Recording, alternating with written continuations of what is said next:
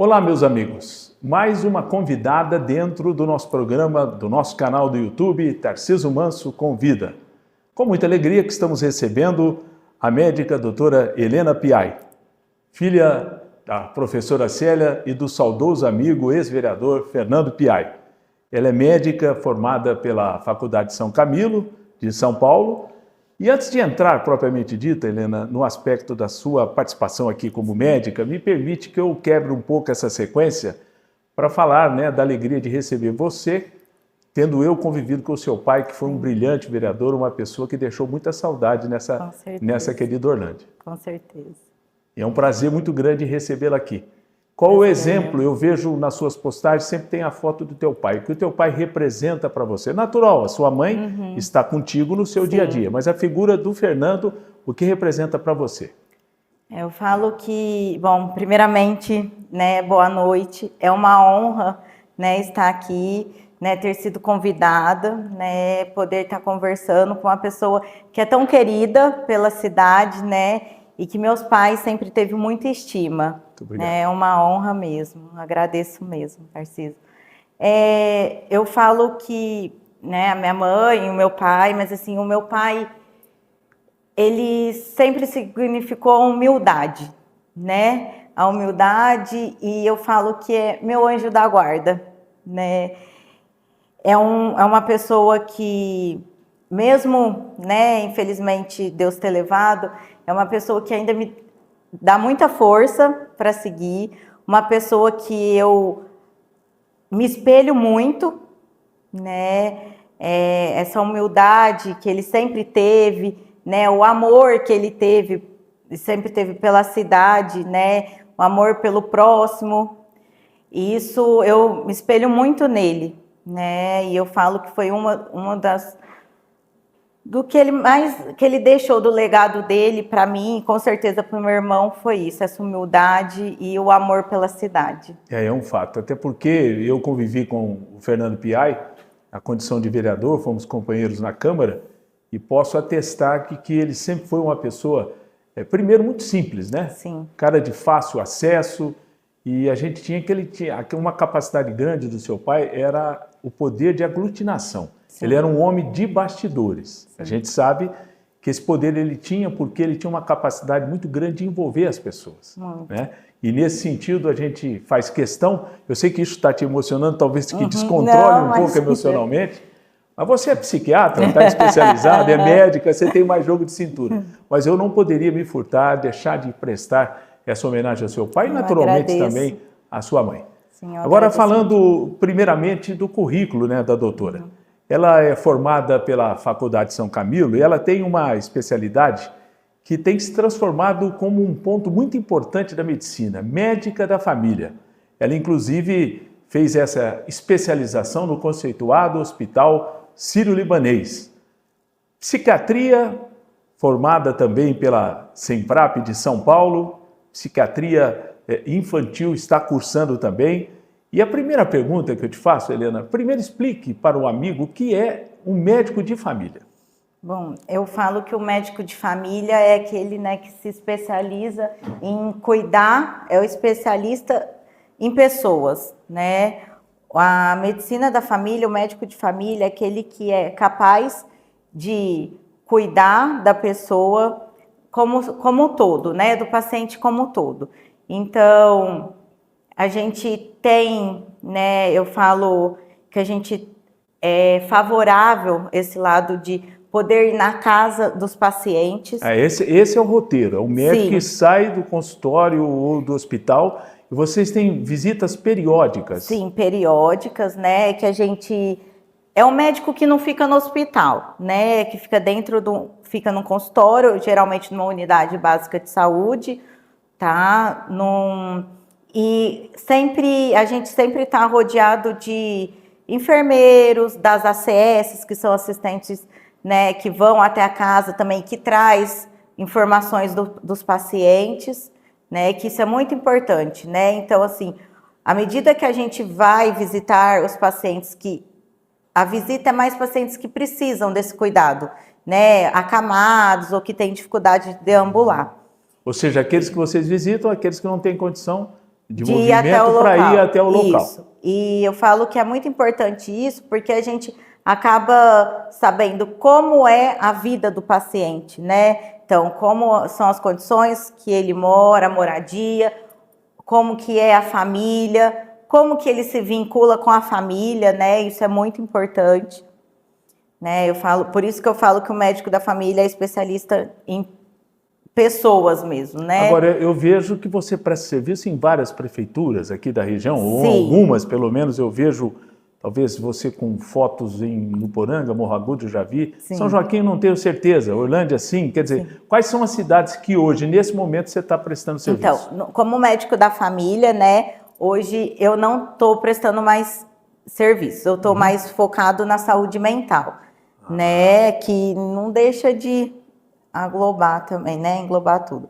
Mas eu comecei como médico da família aqui em Orlândia, né? Foi muito... Nossa, eu fiquei muito feliz, foi muito gratificante. Aqui você atendeu em quais unidades? Eu atendia... Hospital, onde é que você atendia? Não, eu atendia na UBS, na 6, que era perto ali, próximo do Centro de Lazer. Perfeito. Onde eu comecei e foi muito bom, né? Rever as pessoas, algumas pessoas que eu já conhecia, que me conheciam desde pequenininho. E aí depois fui para Nuporanga, né, uma cidade que eu sou suspeita de falar que eu sou apaixonada, né, gosto muito da população de lá, trabalhei como médica da família também lá, né, e atualmente eu tô em Orlândia, São Joaquim, como saúde mental, tô atendendo no CAPS, né, e Morro Agudo atendendo no CAPS também. Mesmo que você hoje não esteja, né, mais na atividade específica de saúde da família, é uma experiência muito rica. Muito. Eu tenho uma curiosidade. De onde nasceu esse projeto e quem trouxe esse projeto para o Brasil? Então, esse projeto, né, começou primeiramente em Cuba, Canadá, Portugal, certo? E no Brasil já se falava um pouco, né, e começaram a implantar a residência da saúde da família, que antes era saúde da família, que tinha o nome, em 1970, né, e chegou mais, que começou a atuar mesmo, onde abriu unidades básicas, em 2003. Eu faço um testemunho, eu sou uma pessoa que admiro esse programa. Por quê? É um médico indo ao encontro daquelas pessoas dentro do seu dia a dia, onde as pessoas moram, e ela tem um papel, esse programa tem, na verdade, na minha opinião, um papel muito importante na medicina preventiva. Sim, né? Exatamente. Ela faz com que essa visita, muitas vezes é um paciente que nem necessita ir a um hospital, a própria médica pode orientá-lo no sentido de que ele combata algum caso em que haja a possibilidade futura da doença ter um agravamento, né? Sim. Então a gente não se cansa de elogiar, e o Brasil, e é uma das coisas que a gente tem orgulho, o Brasil tem uma capilaridade de atendimento muito grande. O próprio sistema nosso de vacinação é bom, porque nós temos unidades básicas espalhadas pelo Brasil inteiro. Sim. Esse sucesso do Brasil como país que tem tradição de vacina é graças também a essa estrutura da unidade básica. Mas não deixa de ser para você, ter sido para você um grande aprendizado essa sua passagem. Eu falo que a medicina da família é uma das minhas maiores paixões, né? Até porque tem essa importância muito grande da prevenção, né? E a gente, quando a gente faz a especialização, a residência, a gente trata desde do bebê, né, até o idoso. Então eu falo que é muito gostoso você tratar a família toda, né? Você tá ali dentro da família, acompanhar a evolução, né, dessa família e poder, como já conhece, né, os avós, os pais, e atuando de uma forma mais positiva em prevenir várias doenças. A gente fala que o médico da família, 90% todas as especializações, a gente consegue atender. Então, eu consigo tratar uma hipertensão, para não chegar a ter que ir num cardiologista, né? Eu consigo tratar uma diabetes, uma síndrome metabólica, para não ter que chegar a procurar, né, um endócrino. Então, a gente consegue controlar muito bem isso, né, e prevenir todas... Agora, vendo todo esse quadro, foi um grande aprendizado para você, inclusive profissionalmente. Muito. Se você conhece desde a criança até o idoso, naturalmente para você que é médica, você está lidando diretamente com os problemas e ajudando na questão da prevenção. Sim, com certeza. Consolidado esse seu espaço, você percebeu que o mundo estava precisando de apoio na parte mental. Aí vai a doutora Helena, sai do mundo no programa de médica da família e ingressa de vez nessa parte de psiquiatria. Sim. A pergunta que não quer calar, qual é a diferença da psiquiatria e da psicologia? Então, o psiquiatra, né, o psiquiatra tem que ser médico, né? E o psicólogo, ele não precisa ser médico, tá? O psiquiatra pode medicar, receitar medicamentos, e o psicólogo, ele atua mais na terapia, né? Em sessões de terapia, mas ele não pode medicar de forma alguma. Então, nesse caso, natural, você é médica, você fez uma especialização. Inclusive também, além de ter feito uma especialização no ramo da psiquiatria de forma geral, você hoje faz também uma qualificação em psiquiatria infantil. Sim. E esse atendimento infantil, natural, pelos problemas que a gente tem no dia a dia, é um segmento também que merece toda a atenção. Sim, eu falo, quando eu estava atendendo na medicina da família, eu vi uma demanda muito grande na saúde mental. E eu pensava, como que eu posso ajudar tanto essas pessoas, né? Porque a gente vê o sofrimento. É um sofrimento que leva à limitação do paciente. E aí eu me interessei muito pela psiquiatria, apaixonei na psiquiatria. E quando a gente começa a psiquiatria, né, e a gente conhece a psiquiatria infantil, e no meu dia a dia mesmo, né, porque eu dou alguns plantões, a gente tem muita procura, né, assim, de crianças mesmo, crianças, adolescentes em crises de ansiedade, e aí isso me fez, né, querer entender um pouco mais sobre a psiquiatria infantil também, porque quando a gente faz a especialização em psiquiatria, a gente tem uma boa base para atender crianças também. Porém, o mundo infantil e da adolescência é um tanto mais... nebuloso. Isso, exatamente. Complexo. Então, né? O adolescente é complicado, isso, aquela história toda. Que vale a pena a gente especializar um pouquinho mais. Com certeza. Só um tempinho para lembrar que você está vendo aí na tela aqui o QR Code. Você pode aproximar o seu celular, entrar numa conexão conosco, nós queremos conversar com você. Tá combinado? Agora, Helena, como é que a gente pode analisar, olhando aqui, por que o mundo está vivendo tantos problemas? Eu fiz aqui uma pesquisa, não sou médico natural, eu fiz aqui que nós temos os principais problemas: depressão, ansiedade e burnout. Sim. Primeiro, aquilo que é chamado doença do século, aquela coisa de depressão.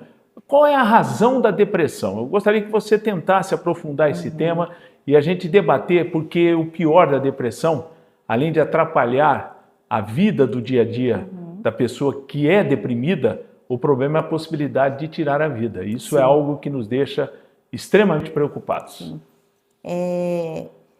Bom, a causa da depressão são inúmeros que contribuem para o paciente desenvolver a depressão, né?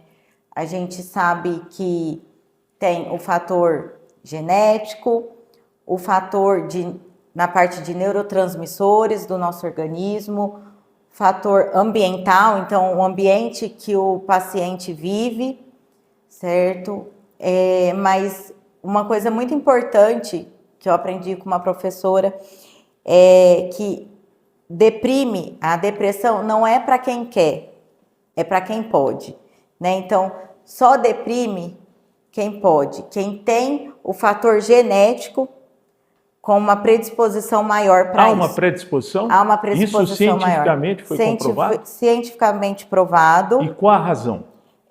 São na parte de neurotransmissores. Dos neurotransmissores. Dos neurotransmissores. Então, conseguiu ver que uma certa população, né, fizeram os estudos e viram que existe sim algumas alterações genéticas e na parte dos transmissores de receptores que favorecem, né, o desenvolvimento da depressão.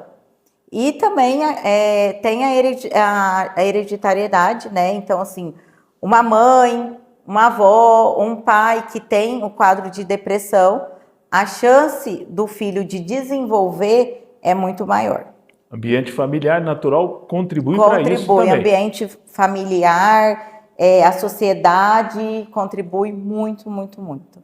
Agora, sempre tem um sinal amarelo. Sim. Qual é o sinal amarelo para uma pessoa falar, poxa, eu acho que eu estou deprimido? Muitas vezes a pessoa está cansada, acha que está deprimida, sim, mas a depressão é algo muito mais profundo. Qual é um sintoma que é clássico para você que é profissional da área para dizer você tem sintomas de depressão? Bom, sintomas clássicos da depressão, né? A pessoa se reserva mais, né? Começa a se excluir da sociedade, gosta de ficar mais quieto, uma tristeza muito grande, uma angústia.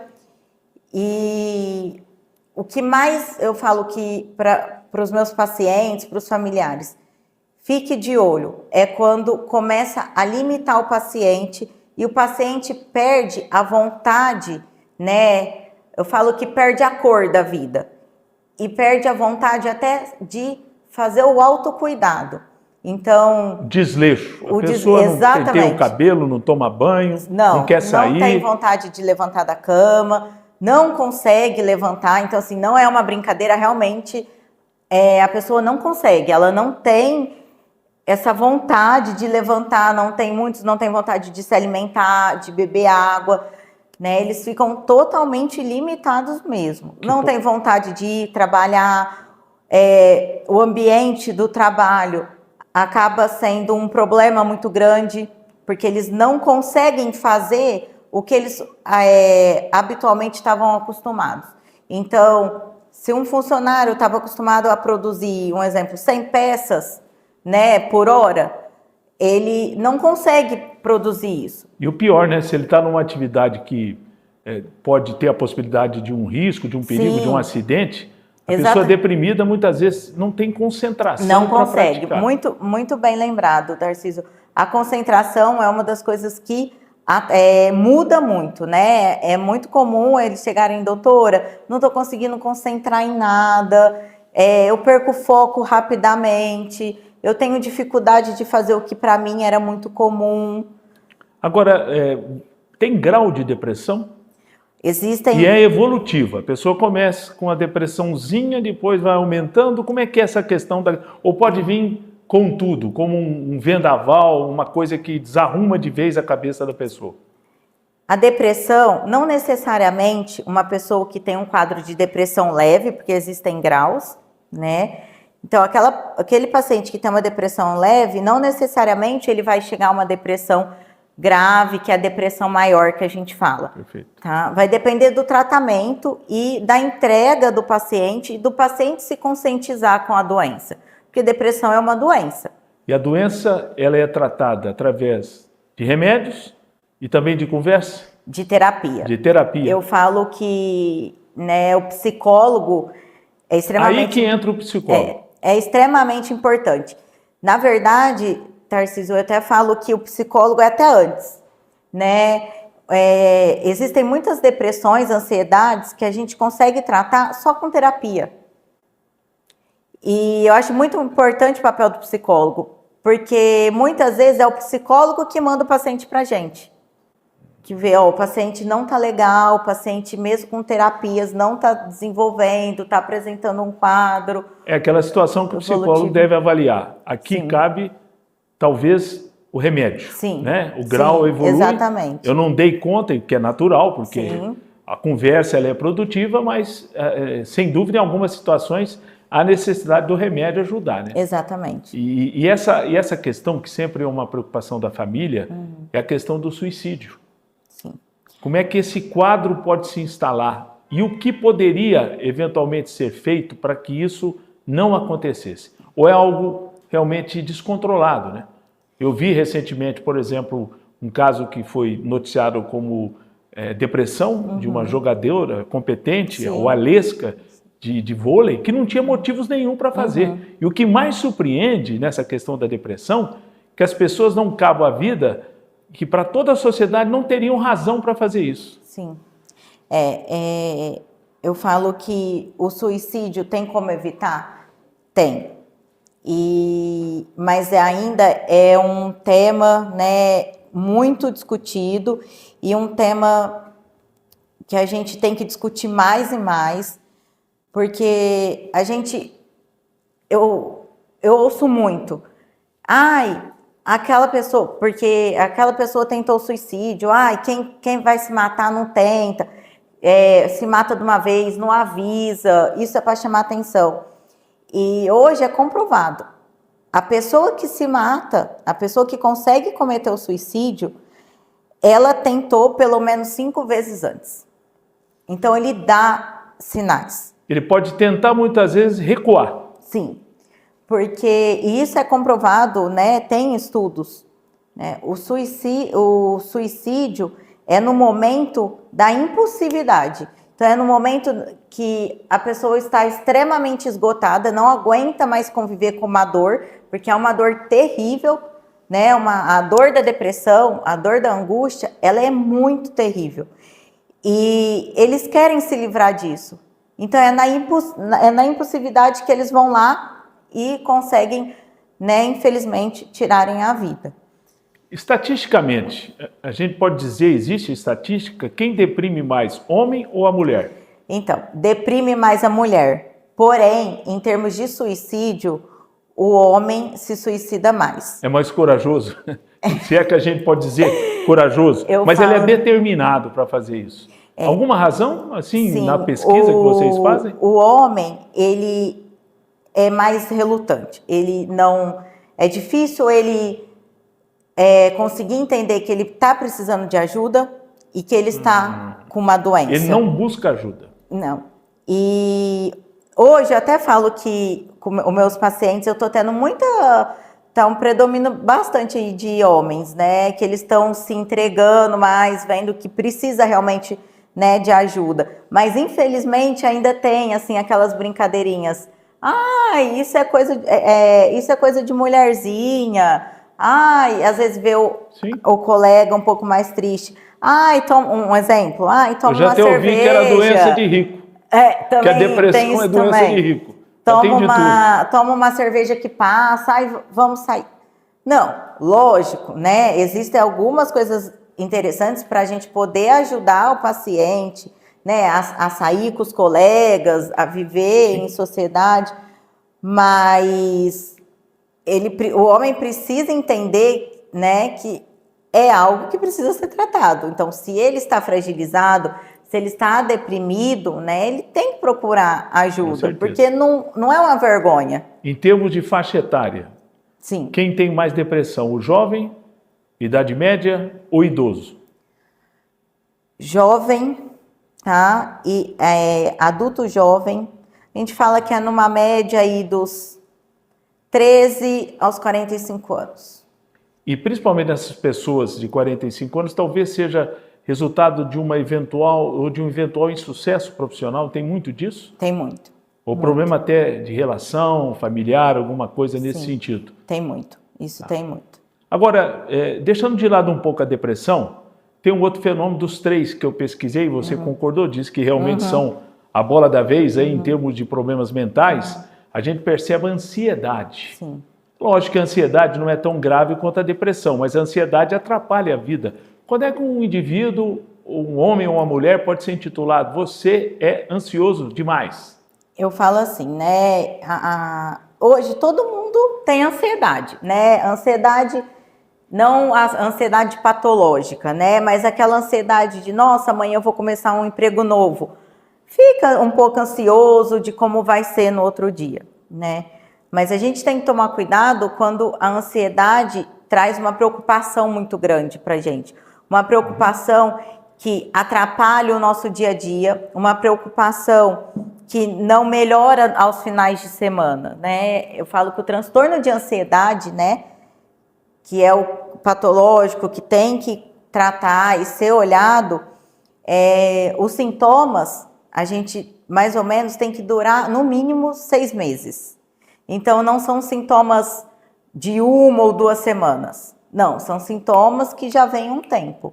Tem tratamento para isso? Tem tratamento. Precisa também de remédio, alguma coisa desse tipo? Precisa de medicação, alguns casos, né? Alguns casos a gente consegue melhorar muito com psicólogo, com atividade física. O exercício físico essencial. É essencial para a ansiedade.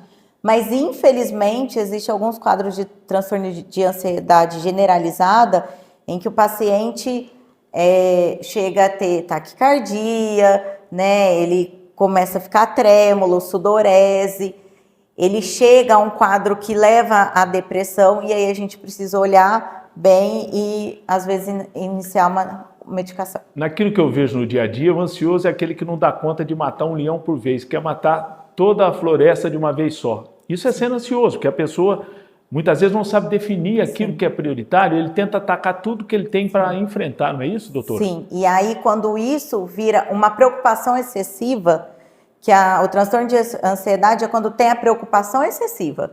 Então a ansiedade é tão grande, que ele se preocupa com algo que não é real.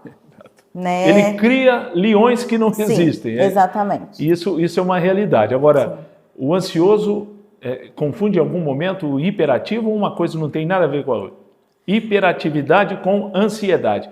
Hiperativo é aquele que não para, senta, levanta, vai para um lado, vai para o outro. Eu conheço uma criança inclusive que é uma amiga querida, que ela é muito agitadinha, vai para um lado, vai para o outro. Isso, a hiperatividade não tem nada a ver com a ansiedade? Não é que não tem nada a ver. Uma pessoa hiperativa, na maioria das vezes, ela é ansiosa. Ah, sim. A maioria das vezes ela tem essa ansiedade aí, né? Mas são causas separadas mesmo. E essa questão da hiperatividade é também um transtorno? A gente tem um transtorno, né, que hoje está muito na moda, é o transtorno o TDAH, né, o famoso TDAH, que é o transtorno de déficit de atenção, hiperatividade. É o tal que a pessoa não consegue se concentrar. Isso também é prejudicial, né? É muito prejudicial e assim, é difícil da pessoa... Antigamente era mais difícil da pessoa conseguir perceber que realmente está atrapalhando. Hoje eu falo que, infelizmente, por estar muito na moda, né, muitas vezes o paciente já chega com o diagnóstico. Doutor, eu estou com TDAH, preciso de uma medicação para melhorar. Aliás, eu estou vendo e ouvindo você explicar isso, eu acho que quando eu fui criança eu era hiperativo. Ansioso nem tanto, mas hiperativo sim. Que eu lembro que eu era uma criança que queria fazer 25 coisas ao mesmo tempo, menos mal que eu não fui vítima disso, sim, né?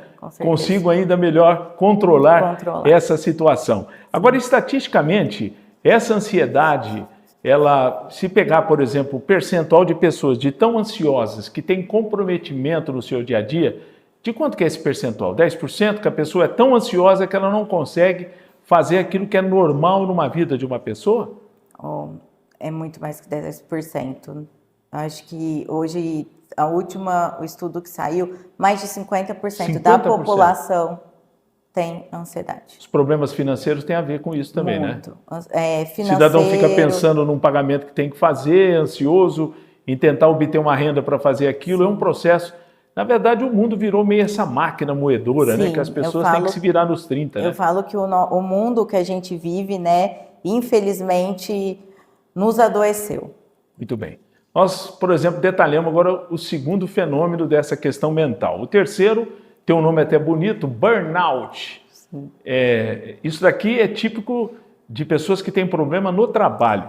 Quando é que a pessoa, e por que a pessoa chega a ter esse problema?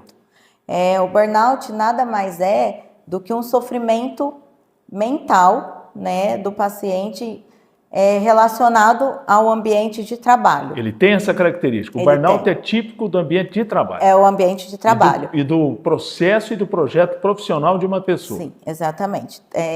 Não existe burnout sem o trabalho. Então, é uma doença do trabalhador.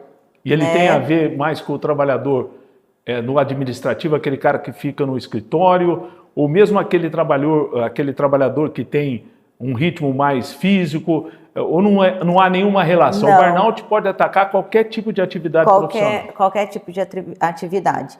E lógico que a gente vê o predomínio é mais em trabalhadores que se cobram mais, né? Que tem uma cobrança também maior do local onde trabalha, e eles chegam numa estafa mesmo. Seria uma estafa mental. Eles não conseguem raciocinar, a qualidade de raciocínio cai, a qualidade na produção cai, e acaba sendo um sofrimento mental mesmo, um sofrimento que às vezes o paciente relata, ele chega no trabalho e começa a ter sudorese, a pressão aumenta muito, não consegue ficar no trabalho. Tem casos de paciente que chega até a ter o desmaio, porque acaba virando um pânico do local de trabalho. Isso é impressionante, porque isso causa à pessoa um prejuízo profissional muitas vezes irreparável. Irreparável. Né? E até inviabiliza com que ele continue trabalhando. Sim. E infelizmente, né, a gente vê que hoje nem tanto, mas antigamente tinha muito essa relutância de procurar um profissional. Então, eles chegam até o limite máximo. Então, eles chegam até o momento que comprometeu totalmente o paciente para procurar ajuda. Então, eles esperam chegar no limite para procurar ajuda. E quando geralmente eles chegam para a gente nessa fase, é a fase que é difícil reparar o que ficou. O dano que foi causado. Sim. Então... Agora, dentro desse espectro de doenças mentais, o alcoolismo é uma doença? O alcoolismo é uma doença. Né? A dependência química... Ele é o resultado de um descontrole emocional da pessoa que leva a ele não ter controle no uso do álcool. Seria isso? Exatamente. Exatamente, é uma doença. E há tratamento, além desses grupos que a gente sabe dos alcoólicos anônimos, aquela coisa, tem a parte de remédios que possa ajudar nisso, doutor? Sim, hoje tem várias medicações, né, para poder ajudar, né, nessa necessidade do álcool. Eu falo que é um descontrole, igual às vezes tem muito paciente que desconta, né, a ansiedade na comida. O paciente muitas vezes acaba descontando no álcool, né? Então o álcool acaba sendo uma fuga, né? Encontra no álcool a fuga para dor, para aliviar a dor, que atrás de todo um dependente químico tem outros transtornos mentais. E nessa linha, o consumo de droga ilícita também vai no mesmo ritmo. Vai no mesmo ritmo. Quer dizer, a fuga se dá pensando na droga ilícita. Sim. E deve ser triste, né, para a senhora como profissional receber uma pessoa, porque muitas vezes chega já numa situação que é difícil a recuperação. Sim. É claro que o médico nunca deve acreditar que o paciente não tem cura para uma situação mental, sim. Mas é um desafio, né? E pode, inclusive, tanto esses fenômenos de depressão, ansiedade, burnout, alcoolismo, droga, isso pode, o que é pior, levar a pessoa a ficar incapacitada para fazer uma vida normal, né? Isso você deve sentir muito isso no atendimento dessas pessoas, né? A gente sente muito porque acaba sendo uma falha do tratamento, né? E eu vejo muito, né, no CAPS. O CAPS a gente tem muito dependente químico, tem todos os transtornos mentais, maior complexidade, e a hora que a gente tem que laudar, né, que a pessoa está incapacitada, é muito triste para a gente, porque significa que teve uma falha muito grande no tratamento, né, que em algum momento houve essa falha. Então, uma falha de não ter conquistado o paciente para caminhar junto com a gente, do paciente não conseguir ser firme, do paciente não ter o apoio familiar, né? Porque a rede de apoio é muito importante. É isso que eu ia dizer. Além do médico que pode se sentir culpado, a família tem um papel muito importante, muito, né, doutor? Muito importante, é a principal rede de apoio. Você que está me vendo, que tem um filho, um parente nessa situação, você tem por obrigação ajudá-lo, né? Sim. E não excluí-lo. A gente vê no alcoolismo tantas famílias que deixam essas pessoas vagando pelas ruas e tem vergonha da pessoa. Muito. Isso chega a ser chocante para a senhora como É médica muito também. triste. A gente vê o abandono, é muito triste, né? E eu vivencio muito isso no CAPS. O abandono e até a aversão da pessoa, né? E hoje, infelizmente, a gente pega muito adolescente nessa situação. Adolescente já. Muito. Então, é muito triste. Ou seja, se ele está com uma faixa etária de 14, 15, 16 Sim. anos, a perspectiva de uma vida é muito curta, né, Muito doutor? curta, muito curta. E é triste, assim, ver que muitas vezes também não tem essa rede de apoio familiar aí a gente fica mais... Com certeza. Bom, antes da gente partir para o bloco final, quero lembrar mais uma vez, você confere aqui o nosso QR Code, aproxime o celular, conecte-se conosco e venha participar dentro do nosso canal Tarcísio Manso Convida. Vamos agora para a reta final aqui do nosso programa. Fazendo, é claro, uma comparação desses fenômenos todos que a gente colocou, depressão, ansiedade, burnout, alcoolismo, consumo de droga, existe alguma outra doença mental que a gente tenha esquecido na pergunta para a senhora? São vários, né? Tem a esquizofrenia, né? O espectro do autismo, né? Que hoje está tendo muito enfoque também. Agora, a sociedade evoluiu muito bem para reconhecer e tratar bem o autista, né, doutora? Graças Ainda a não Deus. está uma perfeição, mas a gente percebe que o país tem avançado, o mundo tem avançado no respeito a essa questão também, né? Hoje, graças a Deus, hoje está tendo várias políticas aí, né, em como abordar melhor, né, e reinserir, né, o autista na sociedade, fazendo com que ele se sinta parte da sociedade mesmo. Aliás, está acontecendo na parte educacional que é a inclusão obrigatória do autista dentro da rede normal. Sim. Para ele não frequentar uma escola que há um pensamento pedagógico de alguns que ele tem que ser excluído. Ao contrário, ele tem que ser incluído. Isso tem dado resultados satisfatórios, na opinião da senhora? Tem dado resultados satisfatórios, só que infelizmente aqui na região ainda está sendo um tanto falho.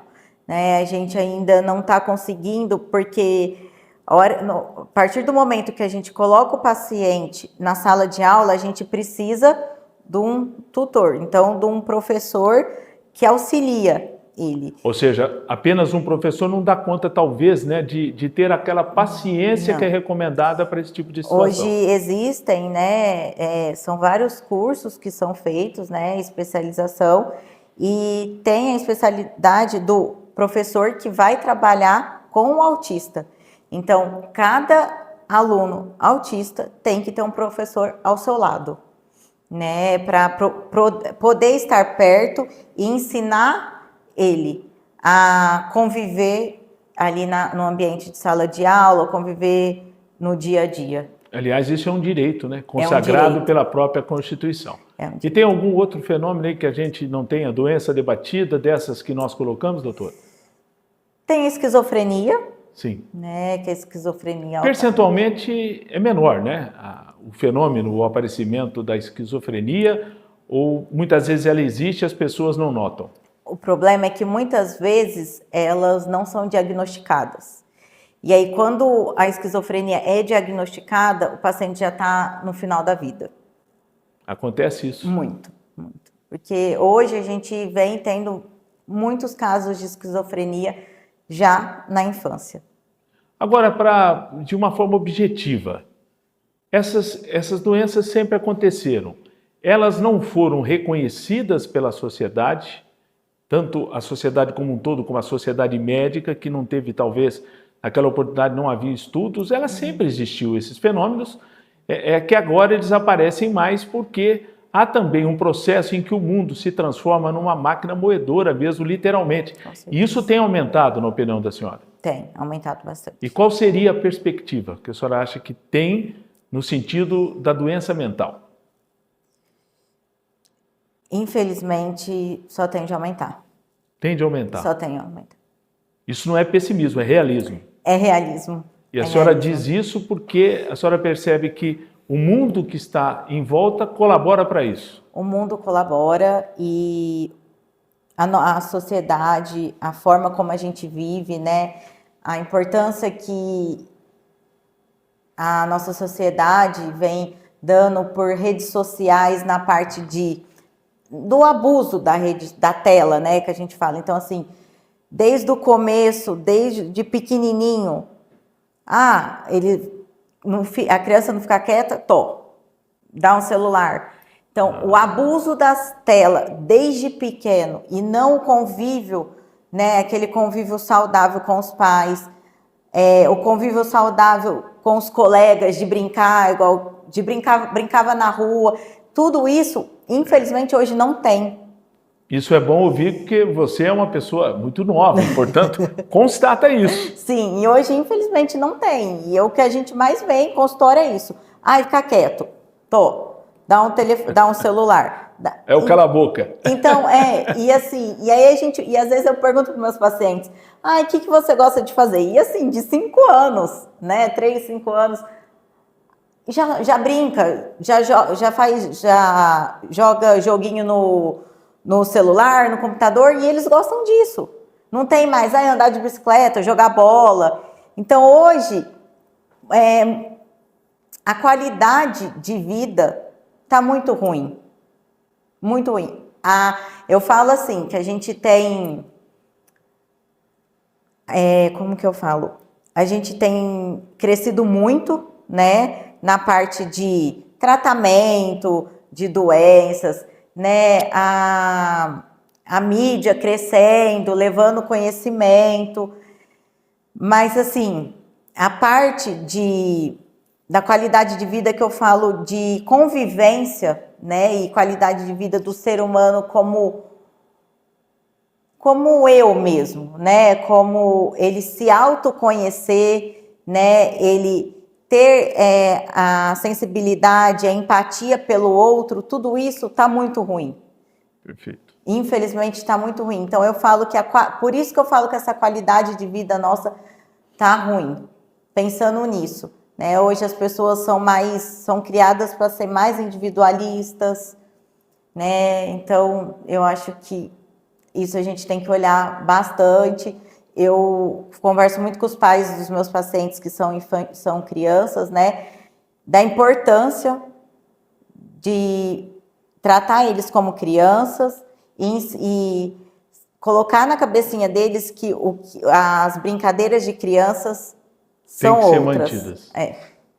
Agora, oportunidade final para que a senhora dê a sua mensagem para as pessoas que estão nos acompanhando, porque dentro desse contexto da sua fala final eu percebo que a sua mensagem é de cobrança para a família. Sim. Né? A família tem que estar ciente desse problema e tem que ajudar. Então eu gostaria que a senhora olhasse para essa câmera e fizesse uma mensagem, como profissional que a senhora é. Bom, a minha mensagem é que a família, os pais, os colegas também tenham mais empatia pelo outro e tenham uma convivência maior, né? E comecem a olhar a pessoa ao lado, a pessoa que às vezes fala que não tá legal, que tá desanimado, um dia chega triste, outro dia vocês encontram chorando, e observar se tá realmente causando limitações para a vida dessa pessoa, né? E poder ajudar eles. Então, vamos fazer algo para ajudar, vamos levar no profissional, procurar um profissional, um psicólogo, um terapeuta, começar a atividade física, procurar um psiquiatra, porque ninguém merece viver com essa dor, com essa ansiedade, né? A gente merece viver sem essa ansiedade, sem essa dor, sem esses conflitos internos. Então, o porquê não procurar uma ajuda, né? Eu acho que isso é muito importante. Pessoal, estamos finalizando essa nossa entrevista com a doutora Helena Piai, a quem nós agradecemos. Conversa muito interessante, tratando de temas tão importantes e significativos envolvendo a saúde mental de todos nós.